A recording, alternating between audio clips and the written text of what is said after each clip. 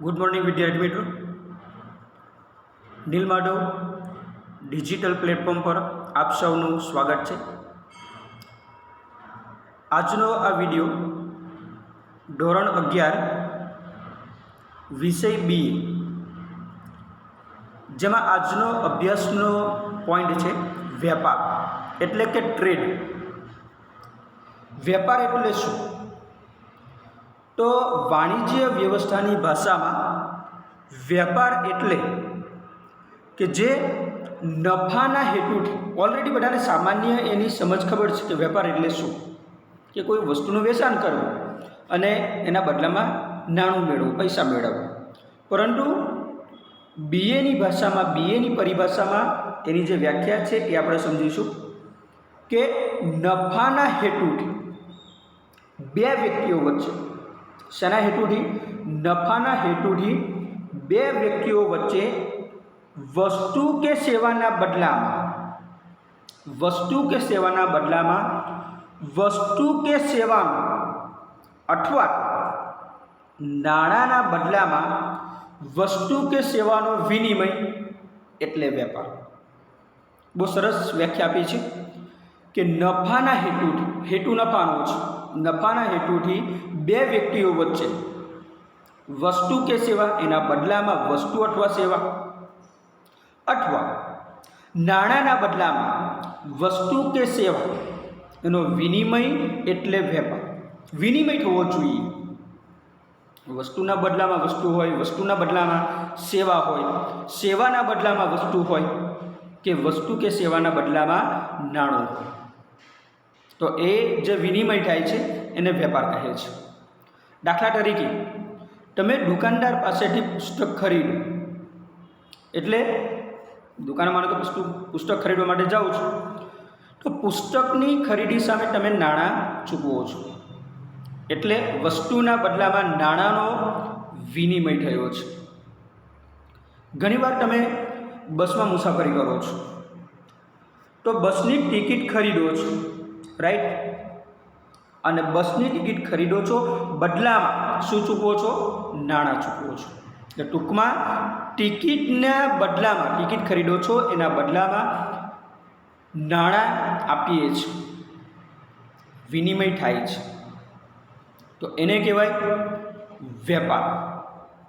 બરાબર? હવે એની લાક્ષણિકતાઓ, વેપારની શું લાક્ષણિકતાઓ છે? 8 પ્રકારની લાક્ષણિકતાઓ છે। ઘણીવાર આપણને આ જ પ્રશ્ન એ એક્ઝામમાં પૂછાય કે વેપાર એટલે શું, એની લાક્ષણિકતાઓ સમજાવો।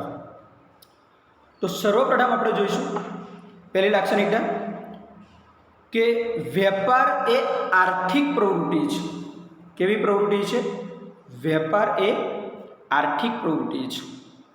અને આર્થિક પ્રવૃત્તિ વિશે અગાઉ આપણે એની વ્યાખ્યા, તેનો અર્થ, આર્થિક પ્રવૃત્તિ અને બિનઆર્થિક પ્રવૃત્તિ બંને વચ્ચેનો તફાવત સમજી ગયા છે। હવે તમને ખ્યાલ હશે કે આર્થિક પ્રવૃત્તિ એટલે શું?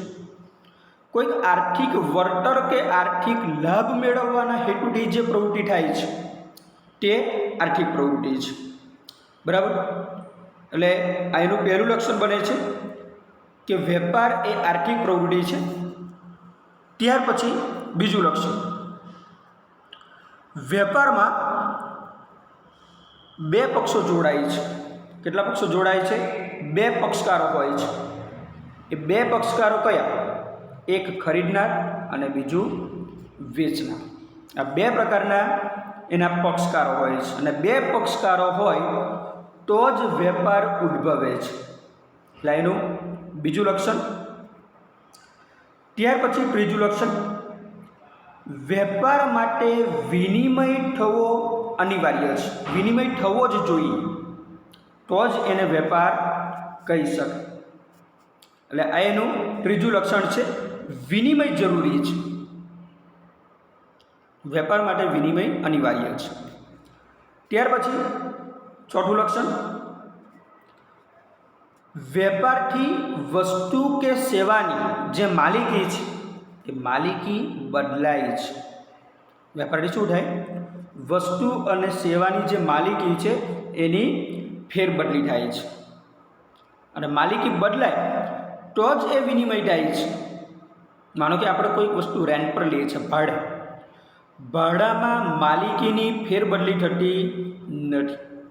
પણ જ્યારે કોઈ વસ્તુ કે સેવા તમે ખરીદો છો, એની પૂરેપૂરી કિંમત ચૂકવો છો, એટલે એ વસ્તુ કે સેવાના તમે માલિક બનો છો. એટલે એમ કીધું છે કે વેપારથી વસ્તુ કે સેવાની માલિકીની ફેરબદલી થાય છે. ત્યાર પછી પાંચમું લક્ષણ, વસ્તુના અવેજમાં, કોઈ વસ્તુ અવેજ એટલે એના બદલામાં, વસ્તુના અવેજમાં નાણાં અથવા વસ્તુની ચૂકવણી થાય છે. કોઈ પણ વસ્તુ ખરીદવી હોય તો તમે નાણું ચૂકવી શકો, અથવા તો એના બદલામાં કોઈ બીજી વસ્તુની ચૂકવણી કરી શકો છો. એટલે એના અવેજમાં કોઈ પણ વસ્તુ ખરીદવી હોય તો એના અવેજમાં નાણાં અથવા વસ્તુની ચૂકવણી થઈ શકે છે. ત્યાર પછી છઠ્ઠું લક્ષણ છે, વેપાર એ સતત ચાલતી પ્રવૃત્તિ છે, ક્યારેય આ પ્રવૃત્તિ અટકતી નથી. ક્યારેય નહીં. માનો કે તમે વેપાર સ્ટાર્ટ કરો છો, કોઈ કારણોસર એ વેપાર તમે બંધ કરી દો છો, કે માનો કે એમાં નુકસાન થાય છે, જોખમ વધુ છે, બરાબર, તમે એ વેપાર બંધ કરી દો છો, પરંતુ બીજા કેટલાક વેપારી વર્ગ એ પ્રવૃત્તિને કન્ટિન્યુઅસ રાખે છે. એટલે કહેવાય છે કે વેપાર એ સતત ચાલતી પ્રવૃત્તિ છે. ત્યાર પછી સાતમું લક્ષણ છે, વસ્તુ કે સેવાનું મૂલ્ય એ શેમાં નક્કી થાય છે? નાણાંમાં નક્કી થાય છે. અત્યારે આધુનિક યુગ છે, બેન્કિંગ ક્ષેત્રનો વિકાસ મોટા પાયા પર થઈ રહ્યો છે. એટલે કોઈ પણ વસ્તુ અથવા સેવાનું મૂલ્ય માત્ર ને માત્ર નાણાંમાં જ નક્કી થાય છે, એ સિવાય બીજો કોઈ એનો વિકલ્પ નથી. અને ત્યાર પછી છેલ્લું લક્ષણ, આઠમું લક્ષણ છે કે વેપાર એ કાયદેસર થતી પ્રવૃત્તિ છે. ગેરકાયદેસર વેપાર જેવી પ્રવૃત્તિઓ થતી નથી. કાયદેસર, લીગલ આ એક પ્રવૃત્તિ છે. આ એક્ટિવિટી હંમેશા લીગલ જ થશે. એટલે 8 પ્રકારના લક્ષણો, આ જો લક્ષણો તમને સમજાઈ જશે અને ત્યાર પછી જે વેપારના મહત્ત્વના મુદ્દાઓ છે એ તમને સમજાશે.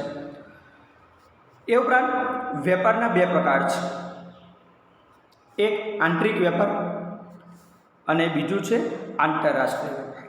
આંતરિક અને આંતરરાષ્ટ્રીય. આંતરિક એટલે માત્ર ભારત દેશમાં જ થતો વેપાર, કોઈ પણ દેશની સીમાઓની અંદર જ થતો વેપાર, બરાબર. એક જ દેશના જે જુદા જુદા પ્રદેશો હોય, જુદા જુદા રાજ્યો હોય, જુદા જુદા શહેરો હોય, સીમાઓની અંદર, દેશની જે સરહદની અંદર જ થતો વેપાર. અને આંતરરાષ્ટ્રીય વેપાર, આંતરરાષ્ટ્રીય વેપારને સીમા લાગુ પડતી નથી. 2 દેશો વચ્ચે, 2 કે તેથી વધુ દેશો વચ્ચેનો જે વેપાર થાય છે એ આંતરરાષ્ટ્રીય વેપાર છે. એટલે મુખ્ય એના 2 પ્રકાર છે, આંતરિક વેપાર અને આંતરરાષ્ટ્રીય વેપાર. તો આંતરિક વેપાર એટલે શું? સર્વપ્રથમ એની આપણે વ્યાખ્યા જોઈશું કે આંતરિક વેપાર એટલે દેશની સરહદમાં જ જુદા જુદા વિસ્તારમાં થતો વેપાર. દેશની સરહદમાં જ જુદા જુદા વિસ્તારો, 2 રાજ્યો વચ્ચે, 2 જિલ્લાઓ વચ્ચે, એક જ રાજ્યમાં જુદા જુદા જિલ્લાઓમાં થતો વેપાર. એટલે આ રીતે જે વેપાર થાય છે એ છે આંતરિક વેપાર છે. જેમ કે એનું ઉદાહરણ આપેલું છે કે અમદાવાદનો વેપારી કાશ્મીરથી સફરજનની પેટીઓ ખરીદે, કે નાગપુરનો વેપારી રાજકોટ નારંગી મોકલાવે.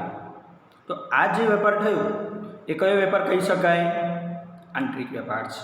ઇન્ટરનલ ટ્રેડ કહેવાય છે આને, બરાબર. પરંતુ વિતરણની દ્રષ્ટિએ આ જે વેપાર છે આંતરિક વેપાર, વિતરણની દ્રષ્ટિએ આંતરિક વેપારના 2 ભાગ છે. કેટલા ભાગ છે? 2 ભાગ છે વિતરણની દ્રષ્ટિએ. આ યાદ રાખવાનું છે, વિભાગ બીમાં 1 માર્ક્સમાં પરીક્ષાઓમાં આપણને પૂછાય છે કે વિતરણની દ્રષ્ટિએ આંતરિક વેપારના 2 ભાગના નામ આપો, 2 ભાગના નામ જણાવો. તો 2 ભાગ આપણે નામ આપી શકીએ, એક જથ્થાબંધ વેપાર અને બીજું છૂટક વેપાર. ઓલરેડી માર્કેટમાં આ પ્રકારના વેપાર આપણને જોવા મળે છે. જથ્થાબંધ વેપાર અને છૂટક વેપાર છે. તો જથ્થાબંધ વેપાર, માર્કેટમાં ઘણા બધા જથ્થાબંધ વેપારીઓ છે. જથ્થાબંધ વેપારી એટલે કે મોટા જથ્થામાં ઉત્પાદક પાસેથી ખરીદી કરી એ લોકો જે જથ્થાબંધ વેપારી છે એ મોટા પ્રમાણમાં વસ્તુઓ ખરીદે છે અને કોને આપે છે? છૂટક વેપારીને એની જરૂરિયાત અનુસાર માલનું વિતરણ કરે છે. ટૂંકમાં એમ કહેવાય કે જથ્થાબંધ વેપારીની જે ભૂમિકા છે ને એ વસ્તુ બનાવનાર જે છે ને એને ઉત્પાદક કહેવાય. એટલે જથ્થાબંધ વેપારીની ભૂમિકા ઉત્પાદક અને છૂટક વેપારી બંને વચ્ચે કડી તરીકેની ભૂમિકા છે. જથ્થાબંધ વેપારીનું કામ શું? ઉત્પાદક અને છૂટક વેપારી બંને વચ્ચે કડી તરીકેનું કામ કરે છે. હવે છૂટક વેપાર જોઈએ. છૂટક વેપારમાં મોટેભાગે જે છૂટક વેપારીઓ છે એ લોકો કોની પાસેથી માલ ખરીદે છે? કોની પાસેથી વસ્તુ ખરીદે? જથ્થાબંધ વેપારી પાસેથી. છૂટક વેપારી જથ્થાબંધ વેપારી પાસેથી માલ ખરીદે અને ગ્રાહકોને તેમની જરૂરિયાત પ્રમાણે માલ પૂરો પાડે છે. જથ્થાબંધ વેપારી ઉત્પાદક પાસેથી ખરીદે અને છૂટક વેપારીને એમની જરૂરિયાત અનુસાર આપે. જ્યારે છૂટક વેપારી જથ્થાબંધ વેપારી પાસેથી માલ ખરીદે અને ગ્રાહકોને એમની જરૂરિયાત પ્રમાણે માલ પૂરો પાડે છે. આ વિતરણની દ્રષ્ટિએ આંતરિક વેપારના બે ભાગ, બંનેને મેં વિગતવાર સમજાવ્યા છે, જથ્થાબંધ વેપાર અને છૂટક વેપાર. હવે વેપારના જે બે પ્રકાર હતા મુખ્ય, એમાં એક હતું આંતરિક વેપાર, બીજું હતું આંતરરાષ્ટ્રીય વેપાર. હવે બીજો જે પ્રકાર છે આંતરરાષ્ટ્રીય વેપાર, એને આપણે વિગતે જોઈશું કે જે આંતરરાષ્ટ્રીય વેપાર એટલે શું. આંતરરાષ્ટ્રીય વેપાર એને કહેવામાં આવે કે કોઈ પણ બે દેશો વચ્ચે થતો વેપાર. કોઈ પણ બે દેશો વચ્ચે જે વેપાર થાય છે એ આંતરરાષ્ટ્રીય વેપાર છે. દેશની સીમાઓ એની કોઈ મર્યાદા હોતી નથી. આંતરરાષ્ટ્રીય વેપારમાં દેશની સરહદ ઓળંગીને વેપાર થાય છે. એનું ઉદાહરણ જો આપવું હોય તેમ આપી શકાય કે દાખલા તરીકે જાપાનની કંપની ભારતના વેપારીને ટેલિવિઝન વેચે, અથવા તો ભારતમાંથી કેસર કેરી યુએસએ મોકલવામાં આવે. આ બે ઉદાહરણ, એના પરથી આપણને ખ્યાલ આવશે કે આ ઉદાહરણમાં બે દેશની વાત થાય છે. પહેલું જે આપણે ટેલિવિઝનના વેપારની વાત કરી એમાં બે દેશ છે, એક જાપાન અને બીજો ભારત. બીજું જે ઉદાહરણ આપ્યું કેરીનું, કેરીમાં ભારતમાંથી એ યુએસએમાં મોકલવામાં આવે છે. આમાં પણ બે દેશની વાત થઈ છે. એટલે જ્યારે બે દેશો વચ્ચે કોઈક વેપાર થાય છે ત્યારે એ વેપારને આંતરરાષ્ટ્રીય વેપાર કહેવામાં આવે છે. અને આ આંતરરાષ્ટ્રીય વેપારમાં ત્રણ પ્રકારના વેપારનો સમાવેશ થાય. આપણને વિભાગ બીમાં 1 માર્ક્સમાં પૂછાઈ શકે કે આંતરરાષ્ટ્રીય વેપારના પ્રકાર સમજાવો. તો આંતરરાષ્ટ્રીય વેપારના પ્રકાર કયા? આયાત વેપાર, પછી નિકાસ વેપાર અને પુનઃ નિકાસ વેપાર. આ ત્રણ એના પ્રકાર છે. આયાત વેપાર, નિકાસ વેપાર અને પુનઃ નિકાસ વેપાર. આ એના ત્રણ પ્રકાર છે. બરાબર? આ થઈ વાત વેપારની. ત્યાર પછીનો જે ટોપિક છે એ છે વાણિજ્ય. તો વાણિજ્ય એટલે શું અને આપણે વિગતે સમજવાનું છે. વાણિજ્ય એટલે કોમર્સ. તમે આ ફિલ્ડમાં આવ્યા છો, કોમર્સ ફિલ્ડમાં, એટલે માત્ર ને માત્ર આપણે વાણિજ્યની વાત કરવાની છે કે વાણિજ્યનો વિકાસ થશે ને તો જ વેપારનો વિકાસ થશે, તો જ અર્થતંત્રનો વિકાસ થશે, તો જ દેશનો વિકાસ થશે. વાણિજ્ય એટલે શું? વાણિજ્ય એટલે વેપાર અને વેપારને સહાયક સેવાઓ. વેપારનો તો સમાવેશ થાય જ છે, સાથે સાથે વેપારને સપોર્ટેડ જેટલી પણ સર્વિસીસ છે, દરેક પ્રકારની સર્વિસીસનો સમાવેશ વાણિજ્યમાં થાય છે. તો કઈ કઈ વેપારને સહાયક સેવાઓ છે જેના થકી વેપાર ચાલે છે, જેના થકી વેપારનો વિકાસ થાય છે, એવી સેવાઓની વાત કરવાની છે. તો વેપાર કોના વડે ચાલે છે એની આપણે વાત કરીશું. એક, બેન્કિંગ ક્ષેત્ર. બેંક વગર હવે જે આધુનિક યુગ છે, આધુનિક યુગમાં જે વેપાર થાય છે, જેમ કે ઓનલાઈન ટ્રેડિંગ જે ચાલે છે એ ટોટલી બેન્કિંગ ક્ષેત્ર પર આધારિત છે, ઇન્ટરનેટ પર આધારિત છે, બરાબર. એ ઉપરાંત વીમો, વાહન વ્યવહાર, બરાબર, ઇન્સ્યોરન્સ. અત્યારે તો નાનામાં નાના વેપારીઓ પણ ઇન્સ્યોરન્સ કરાવે છે, બરાબર. વાહન વ્યવહાર, એના વગર વાહન વ્યવહાર વગર કોઈ પણ વેપાર શક્ય નથી. અત્યારે વેપારને કોઈ મર્યાદા નથી, કોઈ પણ વ્યક્તિ ગમે ત્યાંથી વસ્તુ ખરીદી શકે છે. ગ્લોબલ એક વિલેજ બની ગયેલું છે, આખું વિશ્વ એક ગામડું બની ગયું છે. કારણ વાહન વ્યવહારની સુવિધા, ઇન્ટરનેટની સુવિધા, બેન્કિંગ ક્ષેત્રનો થતો સતત વિકાસ, આ વાણિજ્યના વિકાસ પાછળ, આ વેપારના વિકાસ પાછળ આ બધા પરિબળો જવાબદાર છે. એ ઉપરાંત વેપારની જે સહાયક સેવાઓ છે, બેન્કિંગ, વીમો, વાહન વ્યવહાર, ત્યાર પછી સંદેશા વ્યવહાર, વખાર, આડતિયાની સેવાઓ, આ બધાનો સમાવેશ શેમાં થાય છે? વાણિજ્યમાં થાય છે. આ બધી સેવાઓ કઈ છે? વેપારને સહાયક સેવાઓ છે. કઈ કઈ સેવાઓ? બેન્કિંગ, વીમો, વાહન વ્યવહાર, સંદેશા વ્યવહાર, વખાર અને આડતિયા, આ બધાનો સમાવેશ વાણિજ્યમાં થાય છે. આ વેપારની આ સહાયક સેવાઓને કારણે વેપારની દ્રષ્ટિએ વિશ્વ એક બજાર બન્યું છે. આખું વિશ્વ એક બજાર બની ગયું છે. વિદેશની વસ્તુઓ પણ ભારતમાં આવી છે. તમે ઓનલાઈન શોપિંગ કરો છો, વિદેશી વસ્તુ પણ તમે ખરીદી શકો છો, અને તે પણ ઘરે બેઠા એનો ઓર્ડર કરી શકો છો. ઘરેથી ક્યાંય જવાનું નથી. આ છે વેપારની સહાયક સેવાઓની ઇફેક્ટ. પ્રાચીન સમયમાં શું હતું કે કોઈ પણ વસ્તુ ખરીદવી હોય ને તો એના માટે પહેલાં બજારમાં જવું પડતું. અને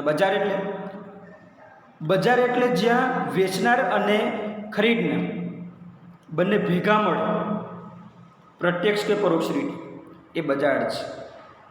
હવે બજાર નામના સ્થળની કોઈ જરૂરિયાત ઉદ્ભવે એવું લાગતું નથી. બજાર વગર પણ કોઈ પણ વ્યક્તિ, કોઈ પણ ગ્રાહક વસ્તુ કે સેવાની ખરીદી કરી શકે છે. એટલે આપણે એના કેટલાક લક્ષણો જોઈશું, એટલે આપણને વધુ ખ્યાલ આવશે. એના લક્ષણો, પહેલું લક્ષણ કે વાણિજ્ય શબ્દમાં વેપારનો સમાવેશ થાય છે. અગાઉ જે વ્યાખ્યા જોઈ ગયા ને એમાં ખ્યાલ આવી ગયો. વાણિજ્ય એટલે શું? વેપાર અને વેપારને સહાયક સેવાઓ. વેપાર અને વેપારને સહાય, એટલે આમાં વેપાર આવી જાય છે. એટલે વાણિજ્ય શબ્દમાં વેપારનો સમાવેશ થાય છે. બીજું લક્ષણ, વાણિજ્ય એક એવી પ્રવૃત્તિ છે, આર્થિક પ્રવૃત્તિ છે. ટૂંકમાં આર્થિક પ્રવૃત્તિ એટલા માટે કે એમાં વિનિમય થાય છે. કોઈ આર્થિક વળતર અથવા તો આર્થિક લાભ કે નફો મેળવવાના હેતુથી એ પ્રવૃત્તિ થાય છે. ત્રીજું, વેપારને મદદરૂપ થાય તેવી સહાયક સેવાઓનો સમાવેશ થાય છે. વેપારને જેટલી પણ મદદરૂપ થાય, અગાઉ એની વ્યાખ્યામાં જોઈ ગયા એ મુજબ, દાખલા તરીકે કઈ સેવાઓ? બેન્કિંગની સેવા, વીમો, વાહન વ્યવહાર વગેરે, બરાબર. આ બધા જ પ્રકારની સેવાઓ એ વેપારને મદદરૂપ થાય છે, ને એટલા માટે એવી સહાયક સેવાઓનો સમાવેશ વેપારમાં થાય છે. ત્યાર પછી ચોથું લક્ષણ, વસ્તુના સમય અને સ્થળ એ ઉપયોગિતામાં વધારો થાય છે. સમય અને સ્થળ એને ધ્યાનમાં લઈને એની ઉપયોગિતામાં વધારો, એટલે કે સમય બદલાય એટલે વસ્તુની ઉપયોગિતા વધે, બરાબર. જેમ કે સમર, ઉનાળો આવે તો ઉનાળામાં કોલ્ડ ડ્રિંક્સની ઉપયોગિતા વધે છે. માનો કે અત્યારે ચોમાસાની ઋતુ ચાલે છે તો રેનકોટ, છત્રી એની માંગ વધશે. બરાબર. સમય સાથે ઉપયોગિતામાં વધારો થાય છે. સ્થળ બદલાય તો પણ માનો કે ઠંડા પ્રદેશોમાં જાઓ તો ગરમ ચીજ વસ્તુઓની માંગ વધે છે. ગરમ પ્રદેશોમાં જાઓ તો જે ઠંડા ખોરાક છે, ઠંડી વસ્તુઓ, એ ચીજ વસ્તુઓની માંગમાં વધારો થાય છે. સમય અને સ્થળ એને ધ્યાનમાં લઈને વસ્તુની ઉપયોગિતામાં વધારો થાય છે. એ ઉપરાંત પાંચમું, સહાયક સેવાઓનું સાતત્ય હોય છે. સહાયક સેવાઓ આપણે જોઈ ગયા એની વ્યાખ્યામાં બેન્કિંગ, વીમો, વાહન વ્યવહાર, સંદેશા વ્યવહાર, વકાર, આડતિયા, બરાબર. આ બધી જે સેવાઓ છે એનું સાતત્ય હોય છે, એ કન્ટિન્યુઅસ ચાલે છે. અને લાસ્ટ જે છે, વેપારને સહાયક સેવાઓ યોગ્ય કિંમતે મળી રહે એ માટે ગ્રાહકોને વાજબી કિંમતે વસ્તુઓ પૂરી પાડી શકાય છે. આ સહાયક સેવાઓ કેવી કિંમતે મળવી જોઈએ? યોગ્ય કિંમતે, વાજબી કિંમતે એ વસ્તુઓ મળી રહે એ પ્રકારની આખી વ્યવસ્થા ઊભી કરવામાં આવી છે. બરાબર. હવે બંને વચ્ચેનો તફાવત જોઈ લઈશું. વેપાર અને વાણિજ્ય વચ્ચેનો તફાવત શોર્ટમાં આપેલો છે આપણને વિભાગ સીમાં 2 ગુણમાં, અથવા ઘણીવાર વિભાગ ડીમાં પણ આવે 3 ગુણમાં. તો આની આપણે તૈયારી સારી એવી હોવી જોઈએ. તફાવતનો પહેલો મુદ્દો અર્થ. વેપાર અને વાણિજ્ય બંને વચ્ચે શું તફાવત છે? બંને અલગ અલગ છે. વેપાર એટલે નાણાંના બદલામાં વસ્તુ કે સેવાનો વિનિમય થાય. નાણાંના બદલામાં વસ્તુ કે સેવાનો વિનિમય થાય તો એને વેપાર કહેવાય. પરંતુ વાણિજ્ય એટલે વાણિજ્યમાં વેપાર તે ઉપરાંત વેપારને તમામ પ્રકારની સહાયક સેવાઓનો સમાવેશ થાય છે. એ તમામ પ્રકારની સેવાઓ કઈ એ આપણને ખબર છે, હવે સમજી ગયા છે. બેન્કિંગ આવી જાય, વીમો આવી જાય, વાહન વ્યવહાર, સંદેશા વ્યવહાર, આડતિયા, વકાર, આ બધાનો સમાવેશ થાય છે. બરાબર. એટલે વેપાર અને વાણિજ્ય વચ્ચેનો આ તફાવત. બીજું એનું કાર્યક્ષેત્ર. તો વેપારનું જે કાર્યક્ષેત્ર છે એ મર્યાદિત છે, કારણ માત્ર એમાં નાણાંના બદલામાં વસ્તુ કે સેવાનો વિનિમય થાય છે એટલે વેપાર થઈ જાય છે. પરંતુ વાણિજ્યનું જે કાર્યક્ષેત્ર છે એ ઘણું વિશાળ છે. કેમ વિશાળ છે? કારણ કે વાણિજ્યમાં વેપારનો સમાવેશ થાય છે. વાણિજ્યમાં વેપાર આવી જાય પ્લસ વેપારને સહાયક સેવાઓનો પણ સમાવેશ થાય છે. એટલે આ બંને વચ્ચે કાર્યક્ષેત્રનો શું તફાવત? વેપારનું કાર્યક્ષેત્ર મર્યાદિત હોય છે, જ્યારે વાણિજ્યનું કાર્યક્ષેત્ર વિશાળ હોય છે. અને ત્રીજો તફાવતનો ત્રીજો મુદ્દો પક્ષકાર. તો વેપારમાં માત્ર 2 જ પક્ષ. કેટલા પક્ષ હોય? 2 જ પક્ષકાર હોય છે. અને મોટે ભાગે એવું હોય છે કે બંને પક્ષકારો એકબીજાથી પરિચિત હોય છે. કેવા હોય છે? એકબીજાથી પરિચિત. કારણ એ બંને નજીકના સ્થળના હોય છે એટલા માટે. જ્યારે વાણિજ્યમાં બંને પક્ષકારો કેવા હોય? દૂરના સ્થળેથી જોડાયેલા હોય. એ ઉપરાંત એ બંને પક્ષકારો અપરિચિત હોઈ શકે છે, છતાં એ સહાયક સેવાઓ મેળવી શકે છે. તો આ તફાવત વેપાર અને વાણિજ્ય એના 3 મુદ્દાઓ: અર્થ બાબતે, કાર્યક્ષેત્ર અને પક્ષકાર. તફાવત પૂછાય તો તફાવતના મુદ્દા લખવા જરૂરી છે. બરાબર. આ સાથે આ પોઈન્ટ અહીં પૂરો થાય છે. બધા જ વિદ્યાર્થી મિત્રો આ વિડીયોને ધ્યાનથી સાંભળશે, ધ્યાનથી સમજવાનો પણ છે, અને જ્યાં જરૂર પડે ત્યાં નોટબુકમાં એની નોટ કરવાની રહેશે. Thank you so much. જય હિન્દ, જય ભારત.